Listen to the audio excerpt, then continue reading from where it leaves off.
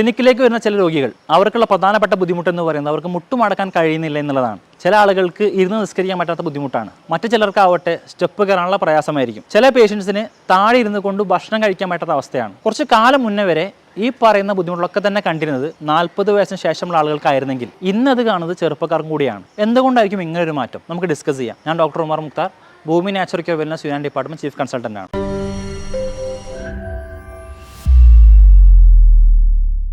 നമുക്കറിയാം, നമ്മുടെ കാലിലെ തുടയല് അഥവാ ഫീമർ ബോൺ, അതിന് താഴെ കാണുന്ന പെറ്റല്ല അഥവാ കാൽമുട്ടിലെ ചിരട്ട, അതിനും താഴെ കാണുന്ന ടിബിയ ബോൺ അല്ലെങ്കിൽ ഷിൻ ബോൺ, ഇവ മൂന്നും കൂടി ചേർന്നാണ് കാൽമുട്ട് അഥവാ നീ ജോയിന്റ് ഉണ്ടായിട്ടുള്ളത്. ഏറ്റവും സ്ട്രോങ്ങസ്റ്റ് ആയിട്ടുള്ള ജോയിന്റുകളിൽ ഒന്നാണ് കാൽമുട്ടിലെ ജോയിന്റ്. ഇതിന് പ്രധാനപ്പെട്ട കാരണമായിട്ട് പറയുന്നത് 3 അസ്ഥികളും കൂടി ചേർന്നിട്ടാണ് നീ ജോയിന്റ് ഉണ്ടാവുന്നതും അതിന് സപ്പോർട്ടീവായിട്ട് 11ഓളം ലിഗമെന്റുകൾ കാണാറുണ്ട് എന്നുള്ളതുമാണ്. ഒരുപാട് കാരണങ്ങൾ കൊണ്ട് കാൽമുട്ടിന് വേദന സംഭവിക്കാറുണ്ട്. പ്രത്യേകിച്ച് പ്രായമായവരിലാണെങ്കിൽ അതിന് പ്രധാനമായിട്ടുള്ള റീസൺ ആയിട്ട് പറയുന്നത് ഓസ്റ്റിയോപൊറോസിസ് ആണ്. ഓസ്റ്റിയോപൊറോസിസ് എന്ന് പറഞ്ഞു കഴിഞ്ഞാൽ നമുക്കറിയാം, നമ്മുടെ അസ്ഥികൾക്ക് ബലം നൽകുന്നത് കാൽഷ്യമാണ്. ഒരു പരിധിക്കപ്പുറം ഒരു പ്രായത്തിന് ശേഷം നമ്മുടെ ശരീരത്തിന് ആവശ്യമായിട്ടുള്ള അളവിൽ കാൽഷ്യം ലഭിക്കാതെ വരുന്നത് വഴി നമ്മുടെ എല്ലുകളിൽ സംഭരിച്ചിട്ടുള്ള കാൽഷ്യത്തെ ശരീരം തിരിച്ചെടുക്കും. ഇതിന്റെ ഭാഗമായിട്ട് നമ്മുടെ അസ്ഥികൾക്ക് വീക്കം സംഭവിക്കും, അതിന് ബലം കുറയും, അസ്ഥികൾ പൊടിഞ്ഞു പോകും. ഈ ഒരു അവസ്ഥയാണ് ഓസ്റ്റിയോപൊറോസിസ് എന്ന് പറയാറുള്ളത്. ഇത് കുറച്ച് റയർ കണ്ടീഷനാണ്, ഇതെല്ലാവർക്കും വന്നോളന്നില്ല. ചില ആളുകൾക്ക് മുട്ടുവേദന വരാനുള്ള പ്രധാനപ്പെട്ട ഒരു കാരണമായിട്ട് പറയുന്നത് ഗൗട്ടാണ്. നമുക്കറിയാം, യൂറിക് ആസിഡിന്റെ ആധിക്യം മൂലം യൂറിക് ആസിഡിന്റെ ലവണങ്ങൾ, ധാതുക്കൾ നമ്മുടെ കാൽമുട്ടിൽ അടിഞ്ഞു കൂടുകയും അതിന്റെ ഭാഗമായിട്ട് ആ ക്രിസ്റ്റലുകൾ നമ്മുടെ കാൽമുട്ടിൽ വേദന ഉണ്ടാക്കുകയും ചെയ്യും. ഈ ഒരു അവസ്ഥ നമ്മൾ ഗൗട്ട് എന്ന് പറയാറുള്ളത്. ഇത് പൊതുവെ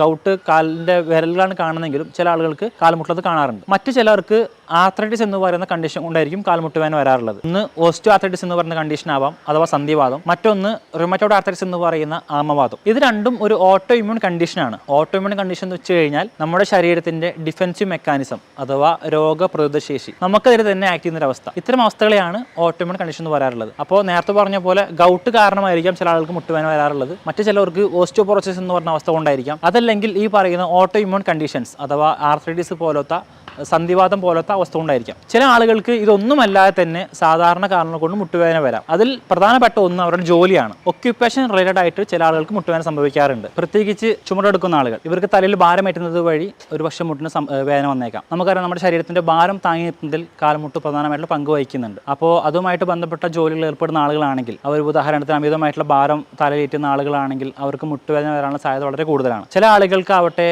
അവർ ഏർപ്പെടുന്ന ജോലിയുമായി സംബന്ധിച്ചിട്ടായിരിക്കും. ഉദാഹരണത്തിന് ഒരുപാട് നേരം നിൽക്കേണ്ടി വരുന്ന ആളുകൾ, അധ്യാപകർ പോലത്തെ, കോളേജ് ലെക്ചേഴ്സ് പോലത്തെ പ്രൊഫഷണൽ ഏർപ്പെടുന്ന ആളുകളാണെങ്കിൽ അവർക്ക് ഒരുപാട് നേരം നിൽക്കേണ്ടി വരും. അതിന്റെ ഭാഗമായിട്ട് അവർക്ക് കാൽമുട്ടുവേദന വരാനുള്ള സാധ്യത കൂടുതലാണ്. കാൽമുട്ടുവേദന വരാനുള്ള മറ്റൊരു കാരണമായിട്ട് പറയുന്നത് സ്പോർട്സ് ഇഞ്ചുറീസ് ആണ്. നമുക്കറിയാം, ഒരുപാട് ടർഫുകളൊക്കെ ഉള്ള സമയമാണിപ്പോൾ. പ്രോപ്പറായിട്ട് വാമപ്പ് ഇല്ലാതൊക്കെ ആളുകൾ കളിക്കാൻ ഇറങ്ങുന്നത് വഴി അവർക്ക് കാൽമുട്ട് വേദന വരാനുള്ള സാധ്യത കൂടുതലാണ്. മറ്റൊരു റീസൺ ആയിട്ട് പറയുന്നത് ഈ കളിക്കടയിൽ ഉണ്ടാകുന്ന ഇഞ്ചുറീസ് ആണ്, ആഘാതങ്ങൾ. ഇത് നമുക്ക് ഒന്നുകൂടി ഫെമിലിയർ ആയിരിക്കും. പല പല ഗ്രേഡിലാണ് ഇത് കാണാറുള്ളത്. ഒരു പക്ഷേ ചിലപ്പോൾ വലിയ തോതിലുള്ള ഇമ്പാക്റ്റ് ഉണ്ടായിട്ട് അവർക്ക് ലിഗമെന്റ് ടിയറൊക്കെ സംഭവിക്കാറുണ്ട്. പ്രത്യേകിച്ച് പെറ്റലർ ഡിസ്ലൊക്കേഷൻ, കാൽമുട്ടിന്റെ ചിരട്ട തെന്നി മാറുന്ന അവസ്ഥ, ഇത്തരം കണ്ടീഷൻസിലൊക്കെ സിവിയർ ആയിട്ടുള്ള അമിതമായിട്ടുള്ള വേദന കാണാറുണ്ട്. അതുപോലെ തന്നെ ലിഗമെന്റ് ടിയർ ഇഞ്ചുറീസ് ഉണ്ടാകുന്നത് വഴി അല്ലെങ്കിൽ കാൽമുട്ടിന് പരിക്ക് സംഭവിക്കുന്നത് വഴി കാൽമുട്ട് താങ്ങി നിർത്തുന്ന ഏതെങ്കിലും ലിഗമെന്റുകൾ, പ്രത്യേകിച്ച് ACL എന്ന് പറയുന്ന ആൻജിയോ ക്രൂഷ്യൽ ലിഗമെന്റ്, PCL തുടങ്ങിയിട്ടുള്ള ലിഗമെന്റുകൾ കീറുന്നത് വഴിയോ പൊട്ടുന്നത് വഴിയോ നമുക്ക് ഈ പറയുന്ന കാൽമുട്ടിന് വേദന ഉണ്ടാവാറുണ്ട്. മറ്റൊരു പ്രധാനമായിട്ടുള്ള കാരണമായിട്ട് പറയുന്നത് കാൽഷ്യം ഇൻസഫിഷ്യൻസിയാണ്. ഞാൻ നേരത്തെ പറഞ്ഞു, നമ്മുടെ എല്ലുകൾക്ക് ബലം നൽകാൻ സഹായിക്കുന്ന മൂലകം എന്ന് പറയുന്നത് കാൽഷ്യമാണ്. നമ്മൾ കഴിക്കുന്ന ഭക്ഷണത്തിൽ പ്രോപ്പറായിട്ടുള്ള കാൽഷ്യം ഇല്ല എങ്കിൽ, അല്ലെങ്കിൽ കൃത്യമായിട്ടുള്ള അളവിൽ നമുക്ക് കാൽഷ്യം ലഭിക്കുന്നില്ല എങ്കിൽ ഈ പറയുന്ന കാൽഷ്യം ഡെഫിഷ്യൻസി നമുക്ക് ശരീരത്തിൽ ഉണ്ടാവുകയും അതിന്റെ ഭാഗമായിട്ട് മുട്ടുവേദന വരാനുള്ള സാധ്യത കൂടുതലാണ്. മറ്റൊരു കാരണമായിട്ട് പറയുന്നത് നമ്മുടെ കാൽമുട്ടിനെ താങ്ങി നിർത്തുന്ന ചില മസിൽസ് ഉണ്ട്. ഈ മസിൽസ് വീക്കാവുന്ന വഴി ഉണ്ടാവുന്ന ബുദ്ധിമുട്ടുകളാണ്. ഇതേപോലെ കാൽമുട്ടിന്റെ വേദനയ്ക്ക് പ്രധാനമായിട്ട് കാരണമായിട്ട് പറയുന്ന ഒരു അവസ്ഥയാണ് കാൽമുട്ട് തേയ്മാനം. നമ്മൾ ഒരുപാട് തവണ കേട്ട് പഴകിച്ച അവസ്ഥയായിരിക്കും ഈ എല്ല് തേയ്മാനം എന്ന് പറയുന്നത്. യഥാർത്ഥത്തിൽ ഇങ്ങനൊരു അവസ്ഥയുണ്ടോ? നമുക്ക് നോക്കാം. ഞാൻ നേരത്തെ പറഞ്ഞു, നമ്മുടെ കാലിന്റെ ഫീമർ ബോൺ അഥവാ തുടയെല്ലും കാൽമുട്ടിൽ ചിരട്ടയും അതുപോലെ ടിബിയ എന്ന് പറയുന്ന ഒരു ബോണും കൂടി ചേർന്നാണ്, അസ്ഥിയും കൂടി ചേർന്നാണ് കാൽമുട്ട് ഉണ്ടാകുന്നത് പറഞ്ഞു. ഇതിന്റെ ഫ്രിക്ഷൻ കുറക്കാൻ വേണ്ടിയിട്ട്, ഘർഷണം കുറക്കാൻ വേണ്ടിയിട്ട് ഇതിന്റെ അകത്ത് ഒരു സൈനോവിൽ ഫ്ലൂയിഡ് എന്ന് പറയുന്ന ഒരു ദ്രാവകമുണ്ട്. ഈ ദ്രാവകമാണ് നമ്മൾ നടക്കുമ്പോഴും അതുപോലെ നമ്മൾ കാൽമുട്ട് മടക്കിയിരിക്കുമ്പോഴും ഇതിന്റെ അകത്തൊരു ലൂബ്രിക്കൻ്റ് ആയിട്ട് പ്രവർത്തിക്കുന്നത്. നമ്മൾ ഈ നെട്ടും ബോട്ടിനൊക്കെ ഗ്രീസ് കൊടുക്കുന്ന പോലത്തെ ഒരു ലൂബ്രിക്കേഷൻ നമ്മുടെ ശരീരത്തിന്റെ കാൽമുട്ടിന് നൽകുന്നത് ഈ പറയുന്ന സൈനോ ഫ്ലൂയിഡ് ആണ്. കാലക്രമേണ എല്ലുകൾ തമ്മിൽ കൂട്ടിയുരഞ്ഞ് അവിടെ എല്ല് തേയ്മാനം സംഭവിക്കാറുണ്ട്. ഇത് എല്ലാവർക്കും കണ്ടോളന്നില്ല, വളരെ കാലക്രമേണ കാലമെടുത്ത് നടക്കുന്ന ഒരു പ്രക്രിയയാണ്. ഇത്തരം ആളുകൾക്ക് അസഹനമായിട്ടുള്ള വേദന ഉണ്ടായിരിക്കും. ഇവർക്ക് കാല് മടക്കാനുള്ള ബുദ്ധിമുട്ടുകൾ കൂടുതലായിരിക്കും. ഇനി എന്തൊക്കെ കാര്യങ്ങൾ ചെയ്തുകൊണ്ട് നമുക്ക് മുട്ടുവേദനയെ പ്രിവെന്റ് ചെയ്യാമെന്ന് നോക്കാം. ചില ആളുകൾക്ക് മുട്ടുവേദന വരാനുള്ള ഒരു കാരണമായിട്ട് പറയുന്നത് അവർ ചിലപ്പോൾ നോൺ വെജ് കഴിക്കുന്നതായിരിക്കാം. വളരെ എണ്ണം പറഞ്ഞ ആളുകൾക്കെങ്കിലും നോൺ വെജ് കഴിച്ചതിന് പിറ്റേ ദിവസം കുറച്ച് സമയത്തേക്കെങ്കിലും മുട്ടുവേദന കാണാറുണ്ട്. ഇത്തരം ആളുകൾ നോൺ വെജിന്റെ ഉപയോഗം കുറയ്ക്കുക എന്നുള്ളതാണ്. കാലക്രമേണ വയസ്സാവുന്നത് വഴി കാൽഷ്യം കുറഞ്ഞത് കൊണ്ടുണ്ടാവുന്ന മുട്ടുവേദനയാണെങ്കിൽ അവർ പ്രോപ്പറായിട്ട് ഒരു കാൽഷ്യം സപ്ലിമെന്റ് എടുക്കുക എന്നുള്ളതാണ് പ്രതിവിധി. ചില ആളുകൾക്ക് വിറ്റാമിൻ ഡി ഡെഫിഷ്യൻസി കൊണ്ടായിരിക്കും കാൽമുട്ടുവേദന വരാറുണ്ടാവുക. അപ്പോൾ അവർ വിറ്റാമിൻ ഡി അടങ്ങിയിട്ടുള്ള ഭക്ഷണ പദാർത്ഥങ്ങൾ അവരുടെ ഡയറ്റിൽ ഉൾപ്പെടുത്തുകയോ അതല്ലെങ്കിൽ രാവിലെയുള്ള ഇളം വെയിൽ വൈകുന്നേരമുള്ള വെയിലുകൾ കൊള്ളുകയോ ചെയ്യുന്നത് വഴി നമുക്കൊരു പരിധി വരെയൊക്കെ ഇത് ഒഴിവാക്കാൻ പറ്റും. ഞാൻ നേരത്തെ ഒരു എല്ല് തേയ്മാനത്തെ പറ്റി സംസാരിച്ചപ്പോൾ പറഞ്ഞൊരു കാര്യം, ഇതിന് പ്രധാനമായിട്ട് റീസൺ ആയിട്ട് പറയുന്നത് കാൽമുട്ടിന്റെ അകത്തുള്ള മജ്ജ കുറയുക എന്നുള്ള അവസ്ഥയാണ്, അഥവാ സൈനോൾ ഫ്ലൂയിഡ്. ഇത് കുറയുന്ന ആളുകൾക്ക്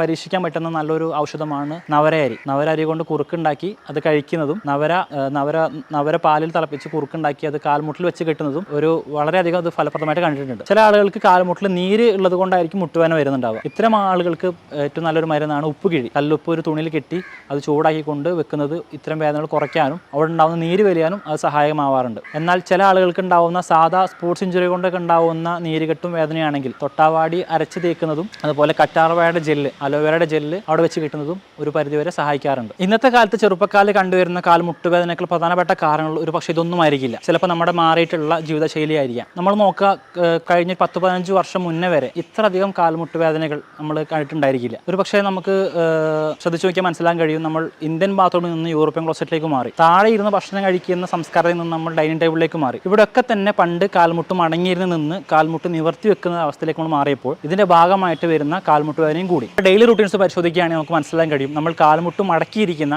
കാൽമുട്ടിന് സ്ട്രെയിൻ കൊടുക്കുന്ന യാതൊരുവിധ പ്രവൃത്തികളും നമ്മൾ ചെയ്യുന്നുണ്ടാവില്ല. ഈവൻ ജോഗിങ് ആയാൽ പോലും നമ്മുടെ കാൽമുട്ട് പരിപൂർണമായിട്ട് മടക്കിയിരിക്കുന്ന അവസ്ഥയില്ല. നമ്മൾ പറയാറുണ്ട്, നമ്മുടെ വീടിൻ്റെ അകത്തുള്ള വാതിലുകളും ജനലുകളും ഒരു മാസം അടച്ചിട്ടുകൊണ്ട് പിന്നീട് തുറന്നു കഴിഞ്ഞാൽ നമുക്ക് അതിൻ്റെ അകത്ത് സൗണ്ട് കേൾക്കാൻ പറ്റും, തുറക്കാനുള്ള ബുദ്ധിമുട്ടുണ്ടായിരിക്കും. ഇതേപോലെയാണ് കാൽമുട്ടും ഒരു വിജാഗിരി സന്ധിയാണ്. നമ്മൾ പ്രോപ്പറായിട്ടൊന്ന് മടക്കി തുറക്കാതിരുന്നു കഴിഞ്ഞാൽ, അല്ലെങ്കിൽ കുറേ കാലത്തേക്ക് കാൽമുട്ട് മടക്കാതിരുന്നു കഴിഞ്ഞാൽ പിന്നീടൊരു സമയത്ത് നമ്മൾ കാൽമുട്ട് മടക്കുമ്പോൾ അതിൻ്റെ അകത്ത് നിന്ന് സൗണ്ടുകളും അതുപോലെ വേദനകളും വരാൻ സാധ്യത കൂടുതലാണ്. പ്രോപ്പറായിട്ട് കാൽമുട്ട് മടക്കിയിരിക്കുക എന്നുള്ളതാണ് ഒരു പ്രധാനപ്പെട്ട പോംവഴി. നമ്മുടെ ലൈഫ് സ്റ്റൈൽ അഥവാ ജീവിതശൈലി മാറിയത് കൊണ്ടുണ്ടാവുന്ന കാൽമുട്ട് വേദന, അഥവാ നമ്മൾ കാൽമുട്ട് മടക്കാത്തത് കൊണ്ട് നമ്മൾ വരുത്തി വെച്ചിട്ടുള്ള കാൽമുട്ട് വേദന നമുക്ക് കാൽമുട്ട് മടക്കിക്കൊണ്ട് തന്നെ തിരിച്ചെടുക്കാൻ പറ്റുന്നതാണ്. പ്രോപ്പറായിട്ട് താഴെ ഇരുന്നു കൊണ്ട് കുറച്ച് നേരമെങ്കിലും താഴെ ഇരുന്നു കൊണ്ട് സംസാരിക്കുക, അല്ലെങ്കിൽ താഴെ ഇരുന്നു കൊണ്ട് ഭക്ഷണം കഴിക്കുക, ഇന്ത്യൻ ബാത്റൂമിലേക്ക് മാറുക തുടങ്ങിയിട്ടുള്ള കാര്യങ്ങൾ പ്രവർത്തികൾ ചെയ്യുമ്പോൾ നമ്മുടെ ഈ പറയുന്ന കാൽമുട്ട് മടക്കാത്തത് കൊണ്ടുള്ള പ്രശ്നങ്ങൾ ഒരു പരിധിക്ക് മാറ്റാൻ പറ്റും. ഇപ്പോൾ ഉദാഹരണത്തിന് ഓസ്റ്റിയോപൊറോസിസ് അല്ലെങ്കിൽ എല്ല് തേയ്മാനം പോലത്തെ അവസ്ഥകൾ കൊണ്ടാണ് കാൽമുട്ട് മടങ്ങാത്തതെങ്കിൽ അവർ താഴെ ഇരിക്കണം എന്നുള്ളത് ഒരു